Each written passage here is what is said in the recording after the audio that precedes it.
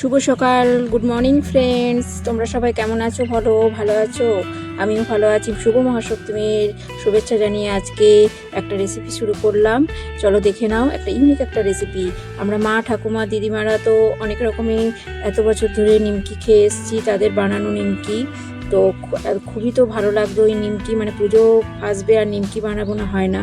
কিন্তু আজকে একটা আমি নতুন ধরনের তোমাদেরকে নিমকি বানানো শেখাবো, সেটা তোমরা একটু শেয়ার করে দিও সবার সাথে, আর তোমরাও একটু দেখে নিও আর বাড়িতে চটপট বানিয়ে নিও। আত্মীয় স্বজন, বন্ধু বান্ধব তো আমাদের আসা যাওয়া থাকবেই আমাদের বাড়িতে। তো প্রথমে দেখো আমি একটা ইউনিক একটা নিমকি বানাচ্ছি। দেখো 4 কাপ আমি নিয়ে নিয়েছি ময়দা, তার সাথে দেখো 1 চামচ আমি কালো জিরা নিয়েছি, 1 চামচ নুন লবণ নিয়েছি, আর একটুখানি জোয়ান নিয়েছি।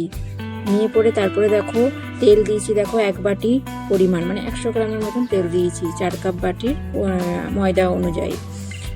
তো ভালো করে দেখো শক্ত করে জল দিয়ে তারপরে ডোটাকে তৈরি করে নিলাম, মেখে নিলাম। একদম শক্ত করে মাখবে নিমকি, যেহেতু এটা বানাচ্ছি।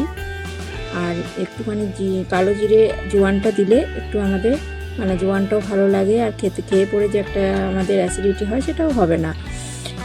তো তারপরে দেখো মাখা হয়ে গেছে, একটু 10 মিনিট আমি রেস্টে রেখে দিলাম। তারপরে দেখো সামান্য একটু দেখো আমি 4 চামচের মতন অয়েল নিয়ে নিয়েছি, রিফাইন অয়েল।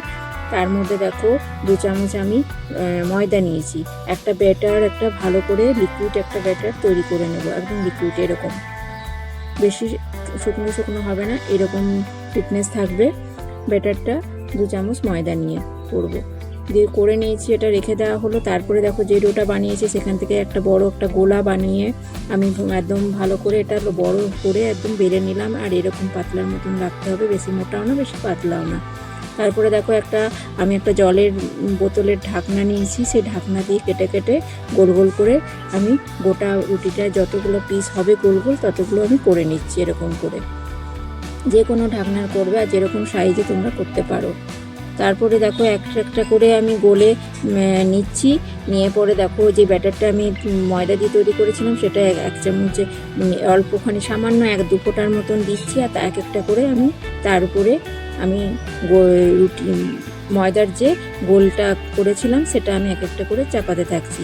5 নম্বর অবধি আমি এটা চাপিয়েছি, 5টা চাপিয়ে পরে তারপরে এটা দেখো 5 নম্বর হয়েছে। 5টা চাপিয়ে পরে তারপরে একটা পাতলা মতন স্টিক নেবে, স্টিক নিয়ে মধ্যেখানে একটুখানি দেবে দিয়েই তারপরে দেখো হয়ে গেল আমাদের ফুলের মতন একটা নিমকি রেসিপি। কত সুন্দর হয়েছে দেখতে দেখো। এরকমভাবে আমি সবগুলো তৈরি করে নিয়েছি।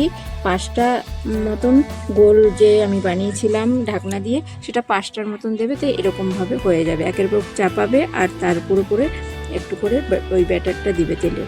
তারপরে দেখো তেলটা সামান্য একটুখানি গরম হলে, সামান্য গরম হবে, বেশি গরম হবে না। তারপরে দেখো এগুলো আমি নিমকিগুলো সব ছেড়ে দেবো আস্তে আস্তে, একদম লো ফ্লেমে একদম এগুলো ভাজবো। যে যাচ্ছে মানে লো ফ্লেমে করলে ক্রাঞ্চি ভাবটা আসবে।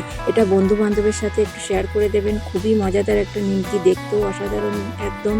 2 পিস এটা যদি দেওয়া হয় তো আপনার দেখবেন এরকম নিমকি আপনি বানিয়েছেন কিনা জানি না, কিন্তু যদি বানিয়ে থাকেন তো কমেন্ট করে জানাবেন। আজকে রেসিপিটি কেমন লাগলো কমেন্ট করে জানাবেন, আর লাইক আর সাবস্ক্রাইব করবেন নতুনরা যারা আছো।